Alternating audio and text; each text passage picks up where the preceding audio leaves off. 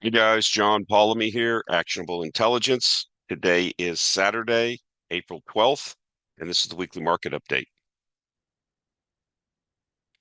The disclaimer, anything that you hear or see on this podcast or video is not to be taken as investment advice. I am not a registered financial advisor. I cannot give you personal financial advice. Anything that you hear or see on this video or podcast is for informational purposes only. Please do your own due diligence. It's your money, it's your responsibility. Okay, so obviously we have a lot of volatility in the markets. We have a lot of, well, things happening. I mean, I don't even know how to describe it. Um, we have a lot of uncertainty. We have a lot of tariffs. We have a lot of changes of views. We have a lot of speculation. We have people making comments all over the media. Everybody has an opinion. One of the things that I have noticed is not in every case, but in a part, large part of the discourse is that the political feelings or allegiances of the people commenting typically will affect how they're commenting on what's going on with this administration and how they're trying to do this tariff thing. You will, if you go on to some X spaces, or look at some of the commentators that are money managers are very upset. Why? Because there's a lot of volatility. Prices are down for stocks, and this was upsetting people. They can't make money. Uh, then you'll have partisan Democrats. This is chaos. This guy doesn't know what he's doing. These people are nuts. I'm not going to get into all that because we don't really know what's going on. We can speculate. We can try to think about what's going on. Some people will have the view that this is 5D chess. Some will think it's chaos. Regardless, we have a lot of volatility. And this is what we need to focus on. This is what we talked about would happen. We would have a lot of volatility and chaos. The problems that we have in the US with the debt, with the trade deficits, with the unfair trade practices that are happening, these were not something that just happened over the last administration. These things happened over 40 or 50 years. They accelerated during certain administrations, but they uh, all previous administrations have their hands, even the previous Trump administration. And so now, um, some folks allegedly are going to come in and try to fix this, and it's going to be shock therapy. If you are addicted to alcohol or drugs, or if you've ever seen anybody that was, you have to have a you know you can't just quit cold turkey. You can have physical withdrawals that are very severe, and in many cases life-threatening. I mean, you'll see people that are alcoholics that have to have alcohol, or they start getting the shakes and everything like that, and they down a big glass of whiskey, gut shot whiskey, that gets them right, right? Same thing with a heroin addict. And so we have a situation where the U.S. economy has a lot of imbalances. There's a lot of dysfunction. There's a lot of contradictions. And so, uh, whether or not you agree with it, as I said before, whether we agree with the way it's being handled or if it can even, if there is a plan, if the plan's being executed properly, I suspect there's a plan, but I suspect that as in all governments, all administrations, there are various factions. And the president, in my mind, is the kind of person that listens to whoever talks to him last. He's kind of one of those guys, I think. And so whoever has his ear at that time, he tends to go with. And so um, obviously, people should not be surprised. As I said last week's video, if you listen to what Trump has said for 40 years, when he was getting interviewed by Barbara Walters or Oprah Winfrey, he always has considered the fact that if there's a trade deficit with another country, that the other country's ripping us off. That's his view. Okay, he doesn't really understand, you know, Ricardo's, advantage. People should trade should be, net gain and all these things. He thinks that, if China has if we have a trade deficit with China, that they're ripping us off. Now they do rip us off. There's all kinds of IT and IP infringement. There's all kinds of currency manipulations, but I think basically taking a baseball bat to it has really created a lot of this volatility. So what I am showing you here is the volatility index. And so what I want to focus on is not getting into if there's a plan, there isn't a plan, because we don't know. We're not in the meetings. We're listening to everything third party with biases that the media has or other commentators, people that are running money. So we have to look at the facts, okay? Because we're investors and speculators here. And so we've had volatility spikes. This is what happens. You can go back, you can expand this chart out for decades. You can see that when there's financial chaos and the volatility index spiked. Okay.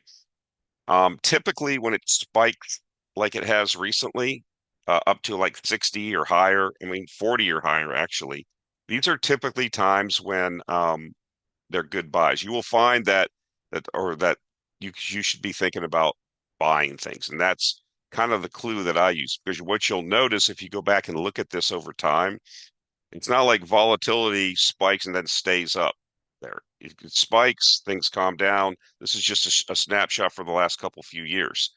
So typically when you get these spikes 50, 60, 80, like in the GFC, these are opportunities to buy um, in some cases. So again, as I said last week, it's not the end of the world. This too will pass at some point, one way or another. Um, and I think that from an investing perspective, what happens is people panic, selling starts, people that are over leveraged, you know, they have to sell. The market's dominated uh, by computers now, so they just sell indiscriminately. Nobody's like really analyzing things. It's just baby out with the bathwater. So this, for a longer term investor, for a real investor, somebody that is treating these stocks as fractional ownership of a business, this could present an opportunity because the emotions take over and everything just gets sold for whatever reason, for liquidity, because a trading bot at a pod shop is doing this. Uh, you can uh, you can pick up some bargains if you're a longer term investor. And so when things spike like this, it's time to maybe look at your shopping list. Yeah, I'm not advocating you go out and buy. I don't know if the chaos will continue. There could be continued volatility. I have been saying even before this trade chaos, the market had rolled over. We were already really overvalued, and this was just another thing that pushed things, pushed a market down that was already heading down. Okay, and again, um, things that I wanted to buy, things that I'm interested in buying, value, emerging markets, things that were already beaten down, and I think are going to have a uh, resurgence over the next couple of years. They get thrown out too. Everything gets sold in a panic. Everything gets sold when liquidity dries up. Everything gets sold. Everything, the baby goes out with the bathwater. And so that's where your opportunity exists if you have a longer term mentality, because this too will pass if you go back and look at financial history. Even the GFC, the COVID crash, all these, the internet bubble, all these bubbles, okay? And so then you have opportunities. And like I said, for the companies that were already undervalued, they become even more undervalued. And this is how the real wealth is created. Okay, not by buying things when they're at the top, but buying things when they're cheap. So, um, homework assignment, if you're interested, go look up the volatility index, take the chart out uh, for decades, look at the time frames and what the market did during those times, the sell-offs, and you will find that typically, I probably could get the AI to do it, but look at every volatility spike above whatever, how much did the market drop, create a table, how long was the typical drop and how long before, what was the market index, for example, a year, you know, 1 month, 3 months, 6 months, and a year later, that type of thing. And I think you'd be shocked to see that in many cases that these are actual buying opportunities. Now, I'm not saying go back into the same overvalued tech stocks. But like I said, the stocks that we're interested in have been thrown out also. And they get sold also. They were already cheap, they become cheaper. And so I look at it as an opportunity. I don't panic. I've been through all these things before. And so it's just a matter of walking over and picking up the money out of the safe that fell out of the 10-story window. So I like this another guy I follow on X, Brian Westbury. This kind of sums up things, and this is why I think a lot of the finance bros and guys on X that run money, a lot of people are upset because stocks are going down and their assets under management and their performance and putting that, have had 15 years of drunken orgy and it's coming to an end. And so I like what this guy says, I don't know how to get this across to people. The U.S. tripled its money supply in the past 18 years. It held interest rates at zero for 9 of those years. Everyone thinks mortgage rates should be 3.5% and the stock market only goes up. Stocks were overvalued and interest rates were artificially low. How come no one thinks there is a price to be paid for them? All we are doing is returning to normal after a bender. That's exactly right. So it's going to take time now for the market to find its new level set. I mean, maybe mortgage rates are going to be 6.5%. Um, maybe the 10 year is going to be 4.5 or 5% or higher. Okay. Um, uh, this is what was typical in the past. And, especially with the fact that with the deficits we have and the unfunded liabilities and all the other things, this orgy of free money that we had is over and there's a price to be paid. So now things are readjusting and level setting. Okay. And people don't like it because it's causing them discomfort. It's causing them, if they're, I mean, I listened to several spaces where people were just, this Trump, he's causing all this. The market was already overvalued. It was already looking for a pin. It was a bug in search of a windshield. And the market was already down before this chaos started. Now, did the market need this chaos, self-inflicted gunshot wounds? Well, that's another discussion and argument. Will it work? That's another discussion. Will it not work? Will it cause a worldwide recession? These are all different discussions. They're all unknowable. Okay. We just don't have the information. We're not party to what's happening. Okay. And a lot of it depends on your biases as to whether, if you have Trump derangement syndrome, of course, anything he does is not going to work in a terrible idea. If you're pro-Trump, then this is 5D chess. I mean, right now it's unknowable. All I know is that to be successful in the market long term, that the market represents fractional ownership. Stocks are fractional ownership in real businesses. And if you can buy a business that's well run by honest people and is cash flowing nicely and has good allocation of that cash flow that's shareholder positive, whether that's stock buybacks, debt pay downs, or dividends, then you'll probably do well uh, over time.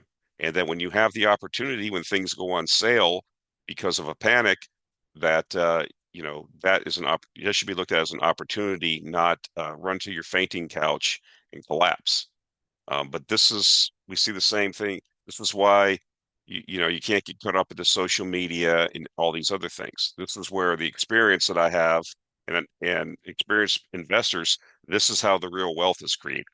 This is this is when you should have had your shopping list of all these undervalued securities that you wanted to buy, and when they dropped even more, um, this is your opportunity. So, I wanted to point this out. A lot of people, depending on what I say, they think they know what I think, what's in my heart, how my political views are. You don't know anything, because I pick on the left a lot. Uh, they think that I'm pro-Trump.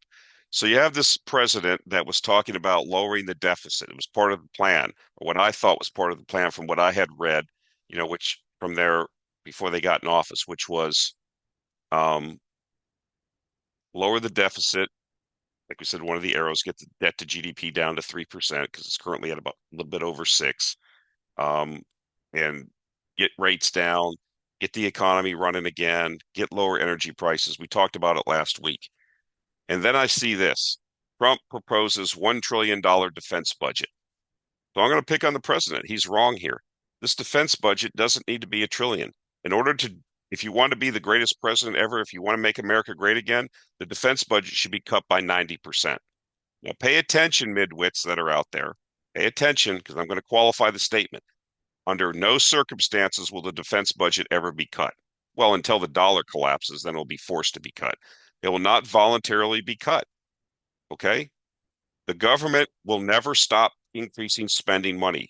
You understand? That's the problem.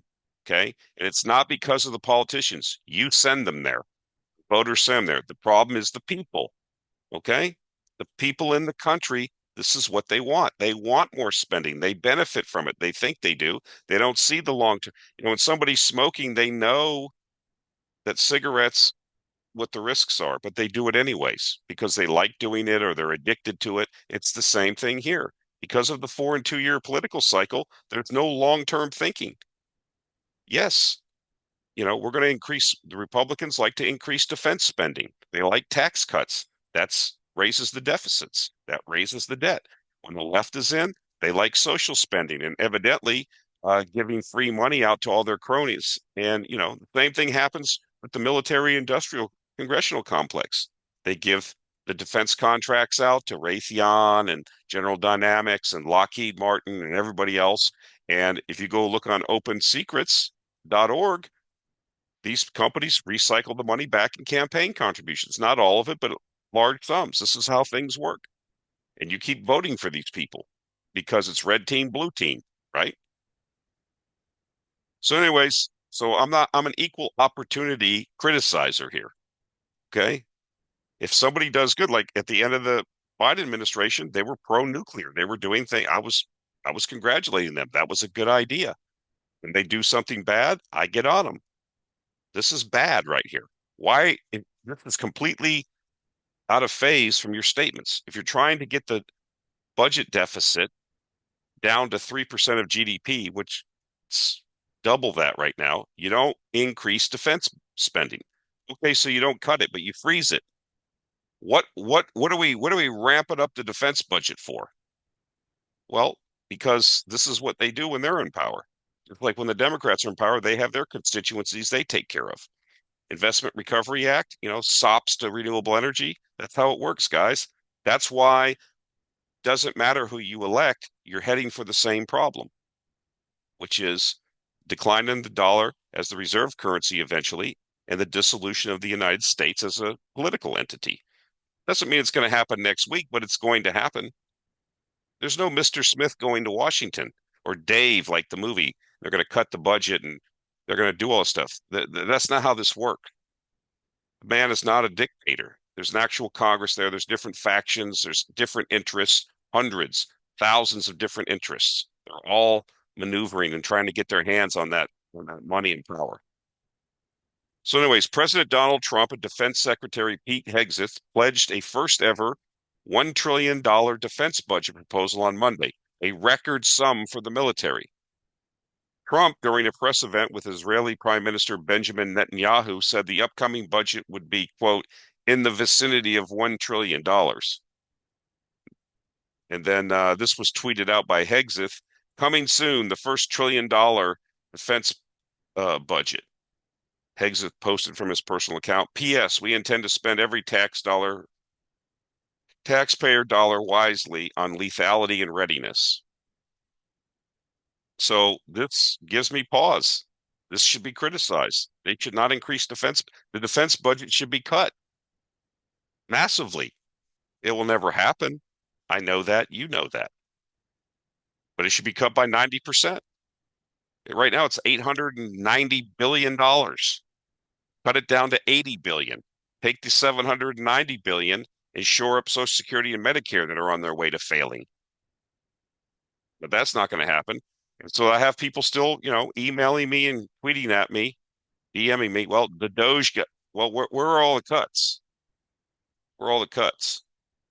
I guess we need to give it some more time because it takes time to kick in. Because right now, the 2025 fiscal year, mid-year, as of March 31st, is the highest deficit ever. Where are all the Doge cuts? Now, understand that the fiscal year starts on the previous October, so the Trump administration was not in office yet. So October, November, December, January, February, March, we should start seeing all these Doge cuts filtering through. They're going to be significant and cut the deficit and root out all this, waste, fraud, and abuse. But according to these articles, because I had AI search these articles, here's what it says from various sources, including the Congressional Budget Office. As of March 31st, 2025, which is only 10 days ago, 11 days ago, the U.S. federal budget deficit for fiscal year 2025 stands at approximately 1.3 trillion. So you're halfway through the fiscal year and you have a 23% increase compared to the same period in the previous fiscal year. Spending's up 23%, or the deficit's up 23% from last year this time. Where are the cuts? How are you going to get, how are they going to roll this debt? 8, 9 trillion. When's that going to start? You're adding to the debt. This figure represents the second largest 6-month deficit on record, surpassed only by the $1.7 trillion deficit during the first half of fiscal year 2021 amid the COVID-19 pandemic. The Congressional Budget Office projects that the total deficit for fiscal year 2025 will reach $1.9 trillion, or 6.2% of GDP. Well, they always under forecast. And depending on what happens now with all of this trade chaos that's going on, there is a potential for us to end up in a recession. And I can tell you point blankly that if we go into a recession or a severe recession, which is possible, that the deficit will blow out. You could be at 10 or 12% of GDP. You could have a $4.5 trillion deficit in 1 year in a severe recession. Because tax rates, remember, collapse during that. Tax revenue collapses during the recession, and mandatory spending and spending stabilizers go into effect, right? For unemployment and Medicaid and all this stuff while revenue comes down. So, again, they have a limited window of time. This is not news that gives me, we have to measure we have in order to manage, we have to measure. And so, again, probably got to give it till, a couple more months to see if the stuff's kicking in. But right now, it doesn't look good. And blowing up the world economy, there was no reason to do it like this. It was totally mismanaged because you have different factions there. You have guys like Bessonette, who are bond guys. He's a former Soros guy. He knows these markets. And then you've got these nut jobs like Navarro and Lutnick in there that just say wild stuff. And so these crazy, crazy things that are going on is, if you put us into a recession, then the whole thing's sunk. You're sunk. The deficit will blow out. You'll have congressional midterms rapidly coming. You'll have Hakeem Jeffries and the Democrats there, and the dream is over. It's ended. Everything will be stopped, and the impeachment process, it'll just be, everything will just freeze. It'll be nonstop circus antic on, and you won't be able to get the agenda through. So, anyways, going on, it says key contributors to the growing deficit include increased spending on Social Security, Medicare, Medicaid, defense, and a record $582 billion in interest payments on public debt during the first half of the year. I've been talking about this interest. Interest payments on the debt are the third largest budget item now. You have to get rates down. How do you get rates down? By cutting the deficit. So you send a message to the bond markets that we're not going to be out there borrowing. We're draining our borrowing. We're getting serious about spending cuts. Instead, the deficit's blowing out. And you have the president and the Secretary of Defense talking about having the largest defense budget of all time, the biggest, best, tremendous defense budget of all time. This is nuts.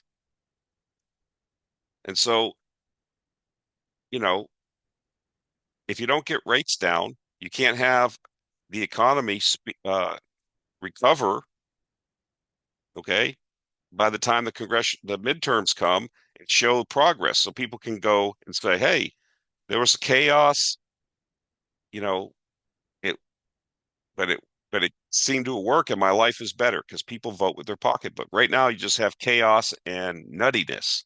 And you already knew that it wasn't going to be reported correctly, that everybody's against you. So I don't understand why these people didn't do things more methodically. But again, we can't know, we're not there.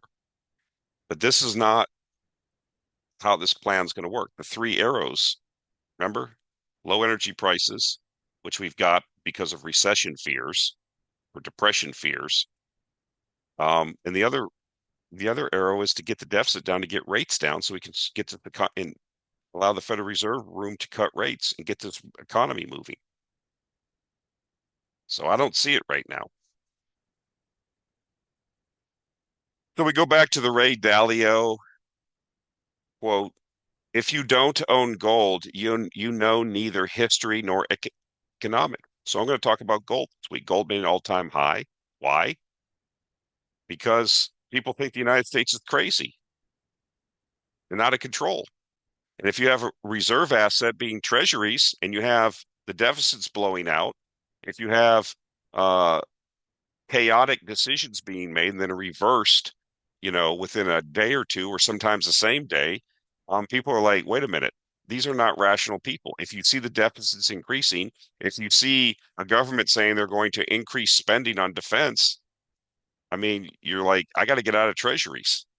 If you have an administration calling out everybody as an enemy, especially one of the largest holders of treasuries, of course, the trend, which was already in place for years already, of people slowly but surely disgorging themselves of US dollars and looking for other things, i.e., gold. Now, all of the reserves can't go into gold, okay? But enough can go in for the gold price to continue higher. If we have more chaos, if we have more of this craziness, then people are going to be, saying, hey, I got to diversify out of the dollar. And so we have a record weekly inflow into gold. Well, at least the week of February 25th. This is from the Bank of America Global Investment Strategy deck. This is the gold flows. 4-week moving average is up because throughout history, gold has been used as a reserve asset. It's money. It competes with the dollar, the yen, the euro.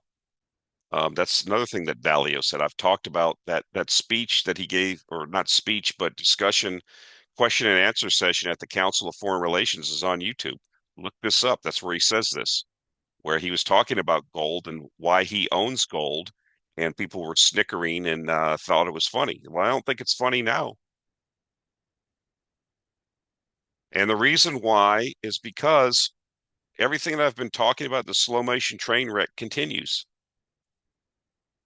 36.6. Well, last time I looked at the debt, uh, they have that debt page with the counter going. I think it was $36.7 trillion. You're talking about a $1.9 trillion deficit this year to add on to that. You're talking about unfunded Social Security and Medicare obligations that go out decades, a couple decades, that are worth net present value 100 to 200 trillion dollars that aren't paid for and that nobody knows how are going to be paid for. Then you have, a country, the US, who's slowly losing its empire and its hegemonic status and is trying to hold on to it. Okay. And it's not able to do that. And there's rising powers opposing it. And that's what this is about. There's actually, I need to do some more research. There's actually a policy paper that was written, I believe, back in 2015. I was listening to a podcast, somebody talked about it. I need to go find it. This animus towards China. Look, China is a mercantilist economy. It's going to take full advantage. They never comply with the WTO mandates or any other fair trade. They're unfair traders. They're going to do what's best in China's uh, interest. That's what they've done, and no one has done anything about it. I'm not even talking about the trade diffs. I'm talking about story after story. You can create a product. You can come up with a great idea. This has happened many times. You can come up with a great idea. You can fly to China and you can have a manufacturer put a model together for you or a prototype. You can have it into production in a month. You can be selling it on Amazon or something like that. Okay. And if it's making any money within, once you get, somebody said the threshold is usually around $3 to $5 million, you're going to have all kinds of Chinese competitors. They're going to come on and they're just going to kill you. You're just going to get undercut, and that's what happens. Even if you have patents, they don't care. Nobody's going to enforce it. What are you going to do? Fly to China and file a patent infringement case? It's not going to happen. And so, something has to be done. But, again, as I said, as last week in last week's video, this is a gambit. It's probably, you know, 10, 20 years too late. And so you're going to have to accept your fate and kind of pull back into your own hemisphere, the Donroe Doctrine, which they haven't articulated, but that's what I think, a controlled demolition, if you will. You're not going to bring back textile manufacturing and making of socks and underwear to North Carolina. That's not what we're talking about. But you should be making a certain amount of your steel here. You shouldn't have China and other countries like India and the EU dumping steel in here with the government undercutting our manufacturers to support their workers, because you cannot have how are you going to have $1 trillion defense industry making all these tanks and all this other stuff if you make no steel here? I actually saw somebody on a Twitter space, how naive people are. It doesn't matter where we get the steel as long as we if we don't if China is your adversary, supposedly, you can't buy steel from them. Well, we can buy it from somebody else. That's not a good thing. Just like I talked about the shipbuilding. And people say, well, it doesn't make sense we're not talking about bringing it and making Fruit of the Loom t-shirts here. We're talking about other things, okay? And so I don't think it can be done personally, but we'll see. But it's creating a lot of chaos. People are getting nervous. And these people, being a New York real estate tycoon that dealt with, smart Alex up in New York City and mafia guys and all this other stuff, don't fly for regular people. You start talking wild like that. And I've been around bombastic, wild talkers that, and you can see it's negotiating tag. Regular people look at it and they get scared. They're like, this guy's out of control. This administration's out of control. You had somebody that I read their paper. The guy's name was one of the people in the administration. And he wrote a paper. I think they took it down from the White House website where they were talking about, well, they wanted to basically, the insinuation was, we're going to extort money from everybody now. You have to pay us cash money for all the protection we gave you over the years. You can't say stuff like that to Japan and the EU. You're not going to, it's crazy talk. It's just money that was wasted. Now you can pull back from it now. You can talk about an overall security arrangement that we're going to have to pull out of Europe. We can't afford it, but then you can't come out the next week and say that you can't say last week that you want the Europeans to pick up the defense budget in NATO, and because we're going to wind down our support because we're not Europe needs to be defended by Europeans, and then the next week come out and say you're going to have a record budget busting defense budget. It doesn't make sense. And so you just, you know, compound all of these unforced errors. You have to communicate correctly. They need to get somebody that can communicate. Okay. And the president, somebody needs to take his Twitter account or Truth Social account, just makes wild statements. And people just say, that's it. I'm not owning US treasuries. This is a country out of control. They spend too much money. There's nobody in this country talking about getting spending under control, and people can see it. We talked about it here for years on this channel. Now everybody else can see it and realize it. They're never going to cut spending meaningfully, ever, until they wreck the economy. They wreck the dollar, until you have a currency crisis. then you won't have a choice, and everybody is going to suffer. Now, that's not going to happen next week, but it's coming. That's why people are going into gold. Again, if you don't own gold, you know neither history nor economics. That's not John saying that. That's Ray Dalio. And we're seeing it. It's happening, folks, for the last 10 years. The shift is on. You go back to the 60s and 70s, gold was a major reserve asset, right? We've shown this before. Back in the 1979, 1980, when gold peaked, you know, global reserves, 60% were in gold. And then as we talked about this many times, as we financialize the economy, gold's a barbarous relic. It's a doorstop. It's a paperweight. Who needs it? It doesn't provide any interest. Yada yada yada. And so you see that it got down to less than around 10%. And now what are we seeing over time? It's increasing, right? People are saying, wait a minute, other governments, other central banks, the US is losing its hegemon. It's a country and people that are a little bit chaotic, and we're not going to who's going to buy and recycle their US dollars into 10 and 30-year treasury bonds when these people cannot get their spending under control? Inevitably, they know history that inevitably they're going to be paid back with depreciated dollars. No one's going to hold that.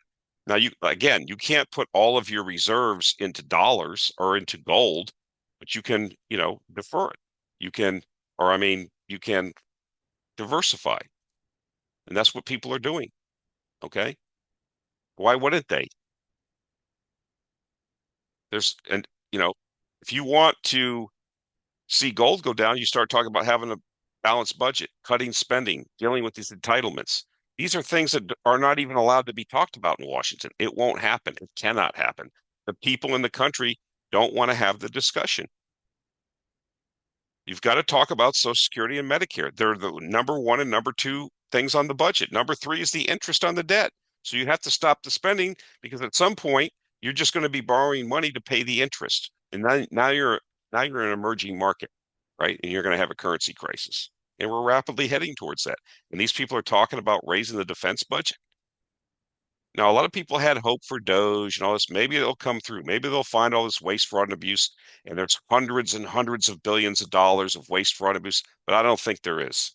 And even if it is, they don't have the political capital to fully root it out because you got the sand is you have a limited amount of time to make this happen. As soon as you get the Democrats back in there, if they take if history follows and they in the midterms they come into power in the Congress, they're going to stop all of this and gum the works up.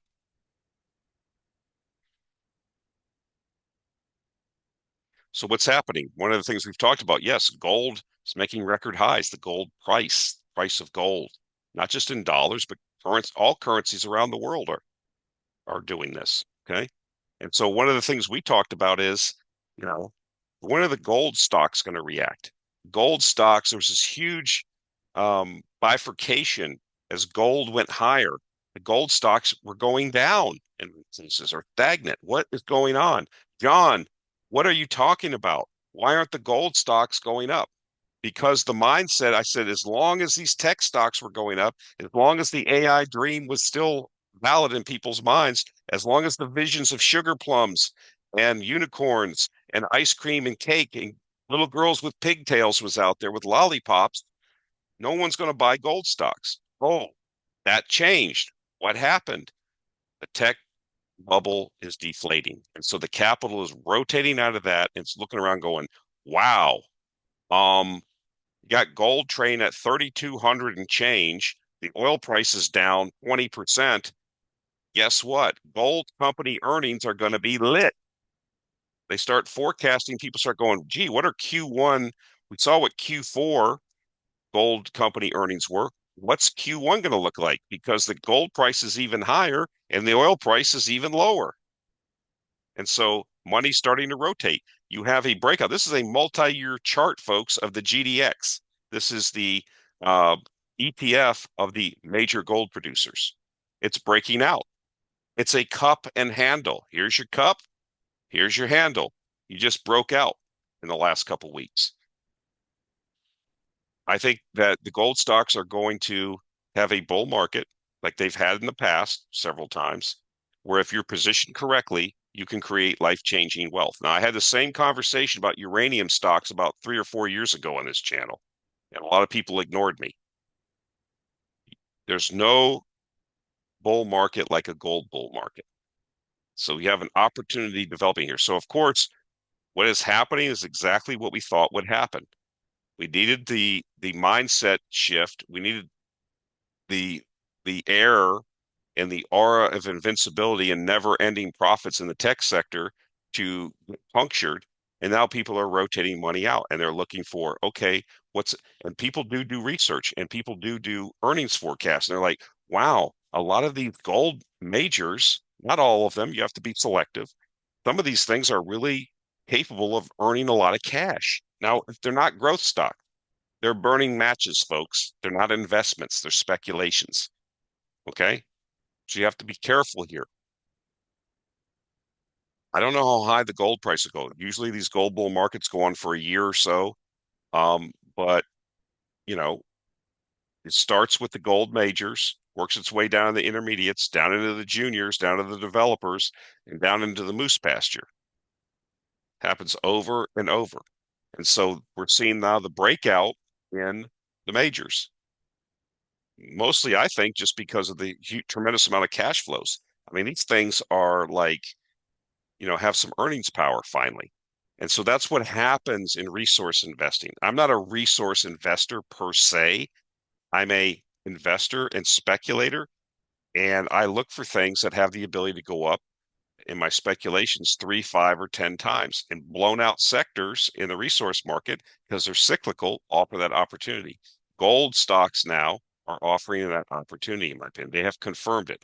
I mean, this is squiggly lines on a chart, but depending on where you want, but this is what you want to see. Sentiment was bad in the gold stocks. No one wanted to own them. Most people still don't want to own them, as I'm going to show, and yet they're breaking out higher. The professional investors, the quotations with my fingers, smart money is rotating into this. Okay. And we'll see Q1 earnings will start coming out. We're in early April. As we get through the month of April, we'll see earnings for first Q1 come out. And so it would behoove you, if you're interested in this, to kind of find out when these earnings calls are going to come out.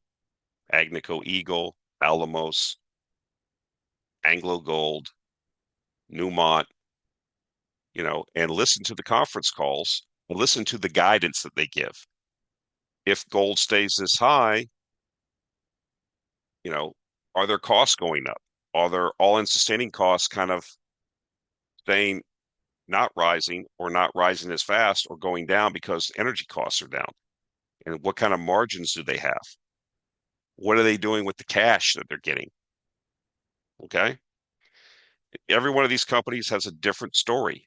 Newmont's a restructuring story, right? They're not going to get into each company, but one of the companies I've talked about publicly on this channel here is Anglo Gold. It's broke out this week. It's gapped up, which I'll show a chart here in a little bit. So this is an opportunity in my book.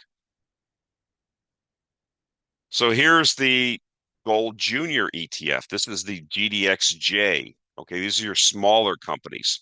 And you can see that going back to 2014, they've done nothing. We had a previous bull market coming out of the GFC, which took the GDX up to about 175 on the index. We're down at 61. So we could three bag from here, possibly. Looks like it's wanting to peak its head above a previous high, which goes back to 2021. So this is what we would expect. The money to initially go into the large cap stocks as the smart money, which has large sums of money they have to move. They're not going to go into, Saskatchewan Moose Pasture Gold Company with a $50 million market cap. They have to go find, and even a lot of the bigger gold mining companies don't have super big market caps relative to the tech sector. Okay. And so that money's going to roll out of rotate, find some space in the large cap mining stocks, the GDX, which we just showed. But then as interest builds, people will start moving into the juniors and the GDXJ. So it's imperative to watch this level over the next couple of weeks and see if the juniors start moving higher. Another thing to look at is the Toronto Stock Exchange Venture Exchange Index. It's populated with all kinds of junior mining stocks. Okay. And so there's things you can be watching to confirm all this if it's going to continue. And again, once this gets going, it's going to draw a lot of fresh fish in, a lot of the hot money, the flavor of the day, the shiny. It will become a shiny object, and a lot of money will come in quick. And these things can move very quickly. You can see this chart I brought up here only goes back to 2011, but you see this is inevitably how they always end up a gold bull market. They'll spike like this, then they'll have this initial pullback, try to spike over time, you know, and what happens is people get trapped up here because they start getting visions of sugar plums. Well, if it's at 170, why couldn't it go to 200 or 250? By this time, you're going to have 3, 5, maybe even a 10 bagger in some of these. If you pick the right stocks, you got to sell. Okay, these are burning matches. These are not heirlooms. These are not investments that you put in the coffee can portfolio and never look at for 20 years. These have a window of opportunity when the gold price and certain things coalesce and allow for a short time frame where you have big moves as money comes in, and it won't last forever. So be aware. So I think there's an opportunity here. Of course, we don't know the future 100%. This is not investment advice. I've been nibbling. I have my names that I like. Um, we've got a couple stocks in the portfolio. They haven't done well for specific company reasons, but I'll be looking to, again, I've talked about Anglo Gold publicly. I'll be looking maybe to pick a few select juniors and try to see if we can capitalize.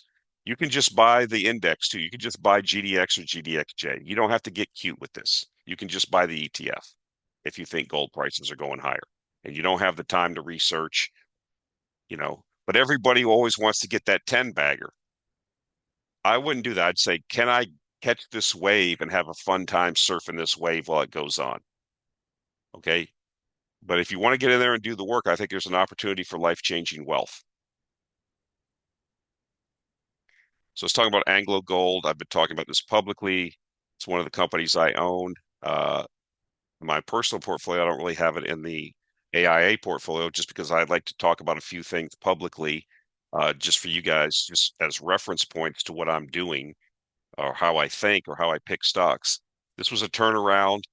This was new management. They recently did a merger and picked up another big mine in Egypt that I actually sent them in Egypt. I actually own that stock over the years off and on. And you see what's happened. They've kind of the management has come in and done a good job. They moved it to the corporate headquarters to a mining town, Denver. And you see what's happened in the last couple of days. The stock is gapping up. It's heading higher. This is typically, the volumes picked up. This is what can happen. Right? Now, very easily, everything can change next week. We can have, gold's really overbought. Everybody's piling in. Okay. So we could have a pullback to 2,800 or 2,750. I don't know. Anything's possible. And then, of course, these things will sell off. But I think we're in a historic moment. If you listen to this Bitsonet guy, who's probably the smartest guy in the administration, he's looking for not just fixing the trade thing or bringing back, steel manufacturing to the U.S. Yes, he wants to do that too. He's looking for a complete historic monetary reset. If you listen to the Tucker interview, and I think it could involve gold. Okay.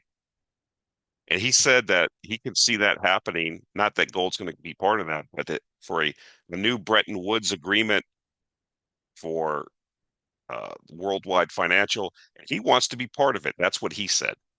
And so I think part of that is, you've heard rumors about revaluing upwards the US's gold, things like that.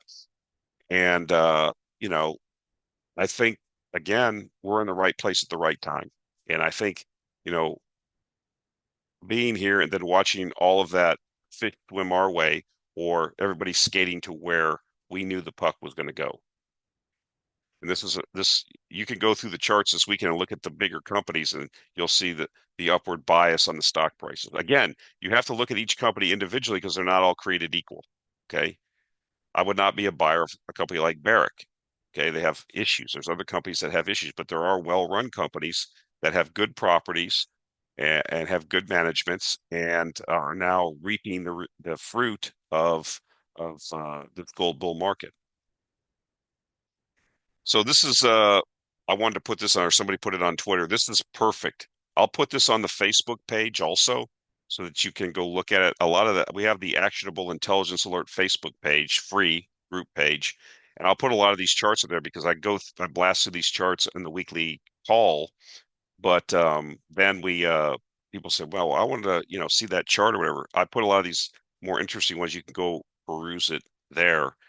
Link in the show notes for the Actionable Intelligence Alert Facebook group. And so what you see is you have returns of, this is why people speculate in gold juniors. This is the returns of select juniors in the 79 to 80 gold bull market mania. And so here's the various names of the various companies. I don't even remember any of these. Oh, Silverado Mines. There's a long story on that one. I don't have time to get into it. This is a guy, this is very interesting. A guy became a multimillionaire and never really actually produced anything through several mining cycles. But anyways, you look at the price on 12/29/1978, the price peak, date of peak, and returns. Look at these returns. This is why people like gold bull markets. This is what attracts them to gold mining, to junior gold mining, visions of sugar plums. And it happens pretty quick. It happens pretty quick. This is the price, basically, the last couple of days of 1978, call it early 1979, and it peaked. Most of these stocks peaked in October of 1980. Okay. So about a year and a half, the gold bull market lasted, right? So this is why people like to speculate on you see the average was 2,300% in about a year and a half. And one of the stocks, Copper Lake, which I'm not familiar with, was up 13,000%. Same thing, returns of juniors in mid 1990s bull market. Um, Same thing, you have the name of the companies here, pre-bull market price, price peak, date of high. You'll see that the date is very similar. And then you see the returns. There was a company here called Hardaway, was up 26,000%. It went from a dime, $26. This is why people like gold. This is what can happen in a gold bull market. These are the juniors. Okay. Average of these stocks was 3,800% over about a year and a half. So that's a year to year and a half is what you're looking at. In this new information age, I think things can happen even quicker. Who knows? But I definitely think that we're finally getting interest and the money's coming in now. And so I'm not saying this is going to happen. There's no guarantee this will happen, but I'm saying you do have an opportunity here, and you have to do some work, or just buy the GDXJ, GDX, and you'll do well. If there's a global market, you'll do well. But this is why people want to speculate. They want to roll your sleeves up and get involved.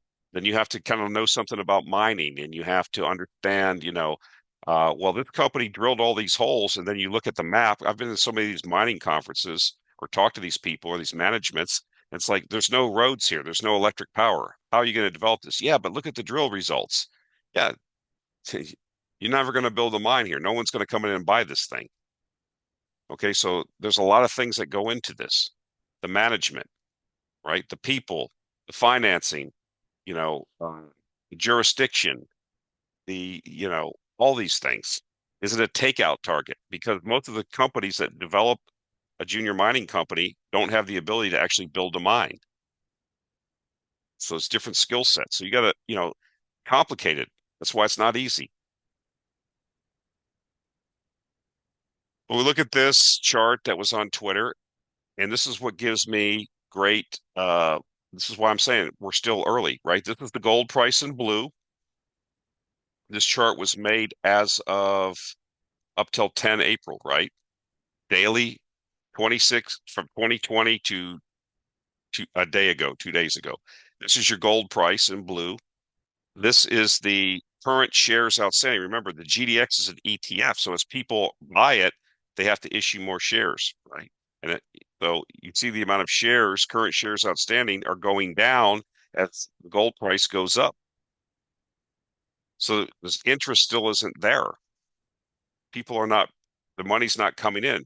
And you see, this is exactly over the time period where this thing basically crashes. A lot of money came out of the GDX in gold stocks was right around the tech thing because the tech bubble, the AI thing, that was the shiny object. It looked like a black hole sucking in all the capital. And so this would be another thing to watch. What are the shares outstanding for the GDX? Are we going to see this turn around and start going up when we can actually see capital coming back in to the ETF? Just investors are still not interested yet, but I think this is going to change. So I wanted to put this up. You know, one of the things I wanted to talk about, this is just one piece of news, but I'm going to kind of riff on this.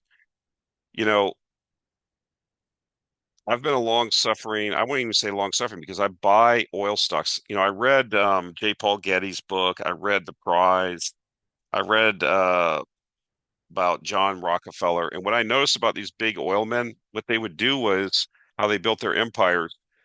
There was obviously the oil business was the boom and bust business. And so again, it's a cyclical industry. And how they built their fortunes was they would invest at the bottom. Rockefeller was famous for this. He would buy competitors out when, at cyclical lows. And this is nothing new. This is common sense. This is what you do in a cyclical business. Okay. And so what we're seeing here, whether you want to say, depending on what your view is on oil prices of the oil industry or supply and demand or the world economy, is going to affect a lot about these things. But you have to look at them as businesses again. Okay. If you look at the current oil price, which is, I think WTI is barely above 60 and Brent's like 63. What can this particular oil company that has, production, what do they cash flow? Don't worry about the earnings. Worry about free cash flow. What can this company provide in cash flow at this oil price? Because earnings can be manipulated. You've got depreciation in there. You got all this monkey business going on with earnings. Look at the cash flow. After they pay everything, have their maintenance capital, what's free cash flow? And then what has this company done? What has its management done in the past when they have free cash flow? Are they empire builders? Are they constantly drilling? This is why you take a company like Vermilion. The company is run. I like the assets. I like the company. What I don't like is the CEO. The CEO is a petroleum engineer. He likes to drill wells. And so instead of stopping drilling wells, deep gas wells in Germany, just he's got tremendous assets that are producing cash flow. Buy the stock back. So they have this token stock buyback. See, that's what you got to look at. Good properties, cash flowing, and he's, screwing around drilling and spending money. I don't like that. What I like is a company like CNQ up in Canada that has demonstrated that they will run good operations, long life, crown jewel, multi-decade reserves of oil sands, and then they will be opportunistic in buying more assets at the lows. They've done that throughout their history. And in the meantime, if they can get 10, 12% free cash flow yields, what do they do with the cash? Buy back stock, pay a dividend. Okay. That's what I'm interested in. And so when I see oil down at these prices, we've talked about it. So I'm getting to the point here. Point is that with oil prices down here, no one's going to drill new wells in the U.S. Okay, so watch the Baker Hughes drill, you know, rotary rigs turning in the Permian, because if prices stay down here, which is good for the gold mining companies we just talked about, no one's going to be drilling new wells. Okay. They've already said that. Okay. And so U.S. shale will decline very quickly. And so now we have another situation where, we basically just cut off 250,000 barrels a day of oil, heavy oil that was coming to our Gulf Coast refineries from Venezuela because of, this foreign policy we have. You got to remember, during the Biden administration, I have to give them credit. They were very savvy on this. They they they took the sanctions off Iran, so Iran was able to export. We've shown that chart, right? They were able to get a million and a half barrels a day online. They allowed Venezuela to export, the Biden administration. That's more oil. They blew down the SPR, okay, and they kept gas prices down. You have to give them credit. They understood that, or whoever was running that program understood that, okay? And so because you have a very aggressive foreign policy under the Trump administration, he's reversing that now. He's putting sanctions back on Venezuela. So that cut Chevron off 250,000 barrels a day. That was coming to the U.S. Okay. He's saber rattling against Iran. They're talking about, sanctions and, strangling Iran's economy, getting the oil, exports down, talking about the same thing, sanctioning Russia if they don't, agree to a ceasefire with Ukraine. And so, you're strangulating supply, but you're doing it in the context of the oil price being down, where the shale producers are, where most of your non-OPEC growth came from, are not drilling new wells. So it's very possible if prices, so basically this lower oil price is going to fix itself over the year to 18 months. And so the time to be looking at companies is now, buying now. This is how all the big oil men used to do it. You buy assets from the cheap, from people that don't see the same thing. Okay. Now, if you have a view that oil's going away, we're at peak demand, well, you're not going to be investing in oil stock. But there are a lot of companies that, can even have pretty decent free cash flow at these low prices and are buying back shares. I want companies that are cannibalizing their shares, doing it responsibly, just spending maintenance capital. And as we get through this, we go through the lows and then we come back and we go, to the next. It's a cyclical industry, boom, bust, the next boom. And then there's less shares. You get my point. And so this is part of it. So Venezuela's state oil company, PDVSA, has canceled several authorizations that had granted U.S. producer Chevron to load and export Venezuelan crude in April, three sources with knowledge of the decision said on Thursday. The cancellations follow U.S. President Donald Trump's imposition of tariffs on Venezuela's oil buyers. The suspensions also comes after Washington canceled key licenses last month to a handful of PDVSA partners and customers, including Chevron, that had allowed them to operate and export Venezuelan oil under exemptions to the U.S. sanctions on on the South American country. That was, the Biden administration. They wanted as much oil on the market as possible to keep gasoline prices down. Remember, the midwit, the schlubs out there, they only look at a few things. What that price of gas is when they're standing there for that 5 minutes every 3 or 4 days at the gas pump, price of groceries, that's what they're looking at, and that's what makes the impression. It creates a perception in their head of where inflation is, okay, or what their standard of living is, okay. And so I have to give credit where credit's due in that case. But you're seeding, you're setting the stage. You're seeding the next oil bull market is what I'm trying to get across, okay. And so there are tremendously well-run companies with good managements that are financially strong, fiscal conservative, and have demonstrated they know how to allocate capital in a very shareholder-friendly way. And those are the kind of companies you should seek out. And they're bargains right now. There are also companies that were thrown out. The baby was thrown out with the bathwater. So I wanted to show this. Occasionally, I get this, the tape ratios showing the countries with the lowest cyclically adjusted PE ratios. These are the undervalued companies or countries where I believe the opportunity is, and you see the cheapest companies or countries, excuse me, Turkey, Brazil, Colombia, we like it, we own it. Poland, another place that I like. Korea, another place that I like. Hong Kong, another place that I like. Chile, another place that I like. Indonesia. So this is your cheap, this is your undervalued emerging market. So if the dollar continues lower, and I think, as I've said before, we're going to see a rotation over the next couple of years out of developed markets, out of the US and into emerging markets. Okay. It's going to be part of that whole uh, rotation, if you will. And these are the undervalued areas. Now, that doesn't mean you just go out and just buy every one of these willy-nilly. There's certain things that, you can buy and certain ways to play this, you know. An example, I'm not going to give the name because I'm probably going to add it to the portfolio at some point. Is a company that's a conglomerate. Company investors don't like conglomerates because they're hard to understand. You actually have to, tear the thing apart, put it in a spreadsheet, what's really going on here. And it's a company that operates in Asia, a conglomerate. It trades in Hong Kong. It has a US over-the-counter listing here.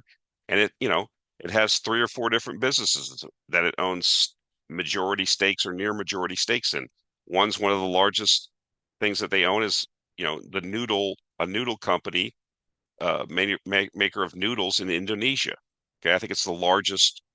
The company that they own a big stake in is the largest noodle manufacturer in Indonesia. Does it matter to this company or to noodle consumers in Indonesia if the GDP, if the deficit of GDP is 3 or 6% in the US? No, they're going to continue to consume noodles.